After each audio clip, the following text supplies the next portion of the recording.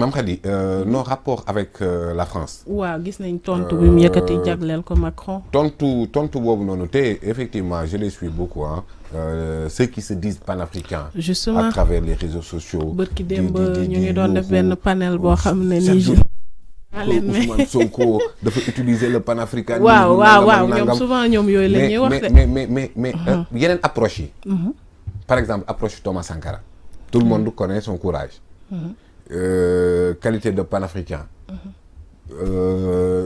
Probité en tant que dirigeant. Mais est-ce qu'il a réussi? Il a été éliminé. Ahmed Sékou Touré. Patrice Lumumba. Kadhafi dans ses derniers trucs, etc. Nous ne pouvons pas tenter. Mais la particularité ci lu ñu war a xool moom mooy défendre say intérêts doo ko défendre ak fougue. ñoom ñii di wax pourtant seeni dëkk ñu ngi utiliser franc CFA professeur Yamsi est-ce que Mali nekkul di utiliser CFA ba tey. français ko mu dégg la ngay wax. professeur Yamsi est-ce que au moment où l'on parle le Mali n'utilise pas le franc CFA, monnaie de servitude coloniale, qu'on a toujours dénoncé. Pourtant, Mali utilise ba léegi. waaw. Niger ak ñeneen. léegi. Parce que ce n'est pas brutal loolu. Déjà brutalité bi ñu doon wax ci rupture les pays de l'AES que je respecte beaucoup Alliance des États du Sahel je respecte leur courage et je salue leurs initiatives yoo xamante ne dama koy soutenir sans restriction. génne nañ armée française non. Avec une méthode brutale. Ils sont arrivés au pouvoir brutalement parce que ce sont des régimes militaires aussi. Nous, on n'est pas arrivé par brutalité. Non. On est arrivé à une alternative par les unes. Oui. Dàq nañ armée française ñun armée française dàquñu seen bopp. coow jibul bal tàkkul. ci ful la rek nag naka la ko Youssou Ndour waxee woon ful ak fayda la wan tubaab bi moo tax maalaw gisul raay. kii tamit fu la fayda la wan tubaab bi moo tax tey jii nii on a une approche indépendantiste bu kenn mënul naatable. lan moo xewoon France ses anciennes colonies la téye comme otage pour mën a asseoir moom puissance am au niveau international. ba ñu xamee ne l'indépendance est inéluctable le général de Gaulle développer une stratégie de dire que nous dinañ joxe indépendance yu muy làkk ci kaw mais dinañ maintenir la dépendance de telle sorte que li nga xamante ne moo fay am comme ressource parce que France mënuñ ko reconnaître comme grande puissance tant que téyewul dëgg sa puissance économique ci lañ créer les réseaux de Jacques Foccart benn nit la woon boo xamante ne li muy xool mooy kan moo gën a docile à la France plus docile même que le gouverneur de l'AOF ñu teg ko pour que kooku noonu di maintenir cette dépendance bu Thomas Sankara bañee dañ koy rey mais doo gis français buy ñëw nga day rey ci africain la ñuy jaar pour mën a éliminer moo tax règlement bi di wax les ennemis de l'Afrique ce sont les Africains du ay français ñoom ñoo éliminer Kadhafi du ay français ñoom ñoo éliminer Thomas Sankara Félix Meunier au Cameroun parce que ñoom mën nañ leen woowee traître de moom. bu dul loolu lan lañ. Félix Meunier dafa commencé am idéologie souverainiste mais dafa dem voyage benn soi-disant journaliste invité ko autour benn casse de café bi mu naanee ba pare il n'a pas succombé à une dose de thallium. boo demaatee ci Guinée bi Ahmed Sékou Touré jëlee résolution ne génn na franc CFA. créer monnaie cédille nationale am. lan lañ jël créer ay faux billets les barbouzes de Bob Donnar Robert Donnar tasaare ko ci biir économie guinéenne bi pour rey ko oui. créer soulèvement ils n'ont pas réussi mais quand même la Guinée ba léegi mu ngi dund métti yooyu nga xam ne mu ngi dund sur le plan économique tey jii nii le fleuve Sénégal tire sa source c'est ça au Fouta Djallon le fleuve Gambie tire sa source au Fouta Djallon te pourtant Guinée mënul am ndox justement Guinée mooy dëkk boo xamante ne boo lekkee mango sànni ko la boo fa rombaatee fekk mu sax ndax suuf su nangu. La Guinée vit une extrême pauvreté te loolu France la France est capable d'encore pire. Saboter économie dëkk def coup d'état rey pour ses intérêts léegi nag maintenir cette dépendance boobu noonu en fin de compte il fallait que ni mu am moment boo xamante ne ni mu amee woon en 1960 prise de conscience bi yóbbu gars yi simulacre d'indépendance boobu noonu beneen donne moom moo ñëwaat et que Emmanuel Macron est obligé de s'aligner. Et je pense qu'il a bien compris l'affaire parce que moom avant muy ñëw au pouvoir nekkoon ci gouvernement wu François Hollande lan la waxoon que ni amatul benn dépendance bu nar a am suñu diggante ak Afrique day nekk ci partenariat win-win. justement loolu la doon wax en tant que candidat. bi mu ñëwee gis l'étendue des responsabilités ak France précarité bi mu nar a dund. bu Afrique demee boppam mu jëlaat lépp téye ba mu xamee nag ne fi mu toll nii xalaa doo fi jaar la. mënatul nekk. mënatuñu nekk ay colonie Afrique moom moo jël destin en main comme ni ko Maolana Cheikh Ibrahim waxee l'Afrique aux Africains oui.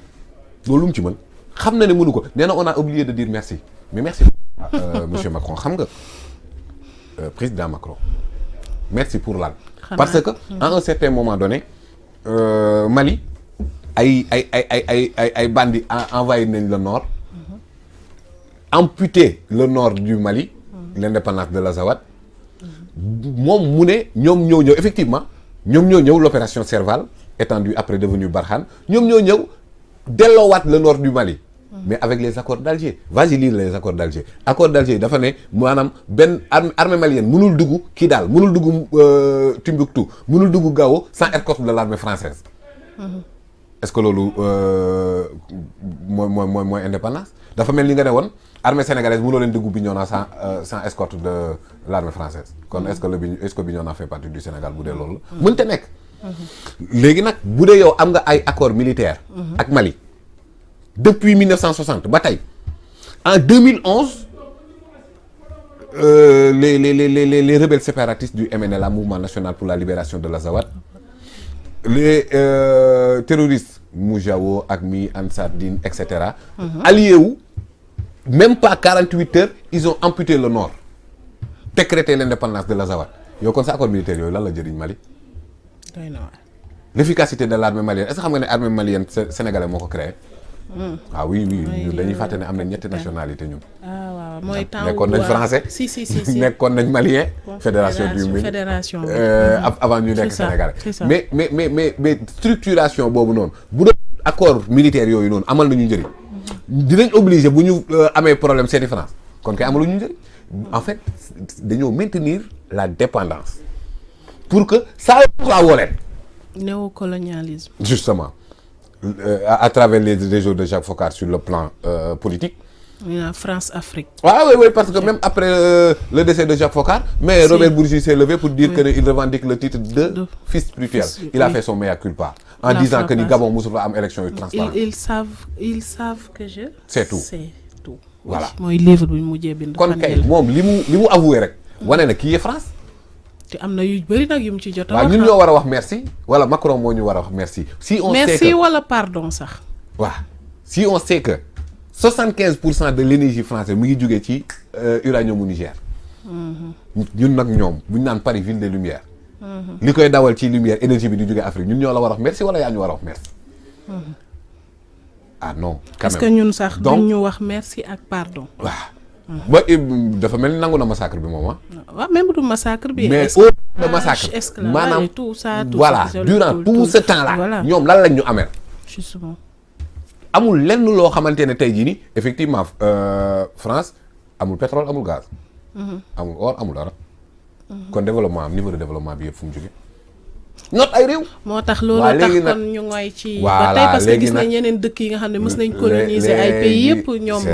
bàyyi nañ loolu le premier ministre Ousmane Sonko de par son engagement politique depuis 2014 wax ne day dakk te dakk na bu mu jàmba dog na te par force am na loo xamante ne inéluctablement il faut que ñoom ñu aligné wu à ça mais nag di nga comprendre frustration Macron ah. Ah oui.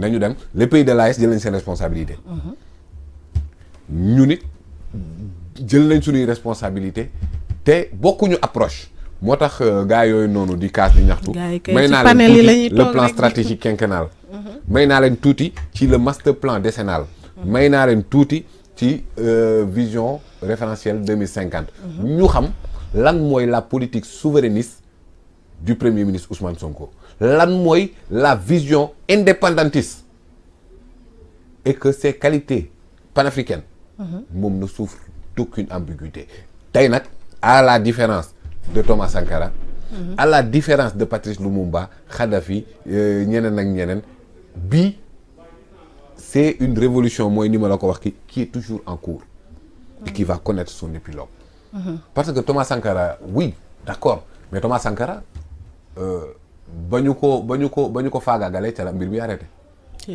Ousmane Sonko tëj nañ ko fi prison mbir bi di continuer parce que li mu réussir ci vision politique li mu réussir teg ko ci idéologie boobu noonu moom ci boppam mënatu ko remettre en cause est-ce que comprendre li ma bëgg a wax maanaam Ousmane Sonko bu xëyee suba di ñu layam-layami dañ koy teggi nii avancé parce que bul fàtte ne tëj dissoudre nañ fi Pastef est-ce que l'esprit de Pastef a été dissout? Non. Est-ce que la philosophie de Pastef a été effacée? Non. Est-ce que Pastef n'est pas en train de suivre son cours? Parce que communication dem na ba ancré ba gars yi comprendre la philosophie que ni amul lenn loo xamante ne mën na arrêté ti vent de révolution bi nga xamante ne moom mooy jël cours en Afrique et il l'avait dit à ses frères et sœurs africains.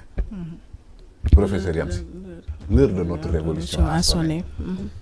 Professeur Yamsi, n'acceptons plus ces présidents comploteurs toujours à la solde de l'autre et jamais au service de leur peuple. Ousmane Sonko joindre na l'acte à la parole actuellement mi ngi dem lentement certes pas à votre rythme mais sûrement modestement mais avec détermination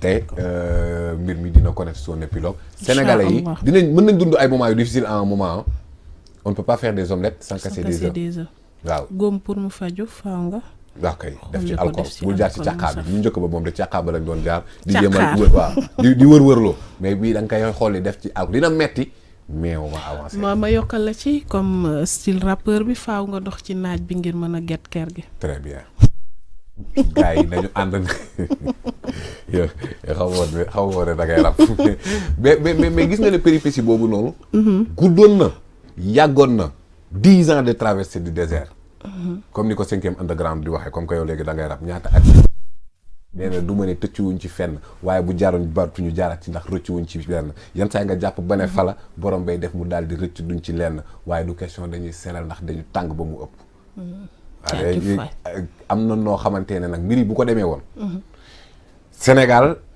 nekk ci croisée des chemins engagement de cette jeunesse révolution pacifique même si on avait affaire à quelqu'un qui n'est pas pacifique mais quand même def nañ l'essentiel ba que pouvoir bi jóge na ci loxoot caaxaankat yi pour de engager carrément la voie du développement on peut le faire et on le fera léegi nag voilà bii moom xam naa ne ça n'ébranle pas le peuple sénégalais je ne parle pas du régime mais le peuple léegi nag gars yi nañu comprendre les parce que daf ci am ñoo xam ne ils se disent sénégalais ñooy dugg ci kii yooyu di waxal comme di wax ci turu sénégalais yi alors que souvent booy suivre waaw kay booy suivre da nga ciy gis ñoo xam ne nii dañu naan sénégalais laa lii moo am Sénégal wala lii c'est ça en fait alors que yow muy suivre yow mi xam ce qui se passe au Sénégal est-ce que du ñoom it ñooy induire en erreur ñenn ñi ci yeneen li ñu bëggoon mooy